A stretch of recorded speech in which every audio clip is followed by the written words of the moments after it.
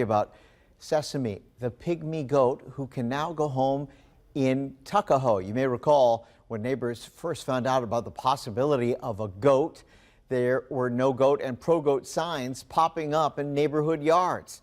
Henrico reporter Sarah Shackles on your side at 6 with the very latest. The next time you see Sesame in his new Henrico neighborhood, he'll likely be walking on a leash like this. Henrico's Board of Zoning Appeals voting unanimously to approve a family's request to move their pet pygmy goat from their previous residence in Carytown to their new home in Henrico. Sesame is dehorned, fixed, and nearing the end of his lifespan. I've known him all my life. He is a year older than me. I don't have any siblings, but he's as close as you can get to one. He's so sweet. The board explaining their reasoning in careful detail. I've studied it, and I've Googled it. I've looked at all kind of goats, so I think I am a now little resident expert on pygmy goat.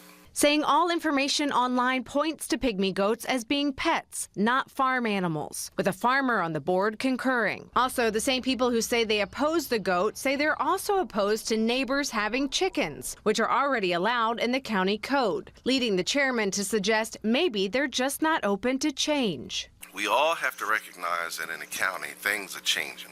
The board received 289 emails on the goat, mostly from residents in the Sleepy Hollow area where Sesame will now reside. The majority in favor, with several even changing their no's to yeses since the first meeting in March. This is not open to a vote, but if it were, the no's would have lost because clearly there are many more people in favor.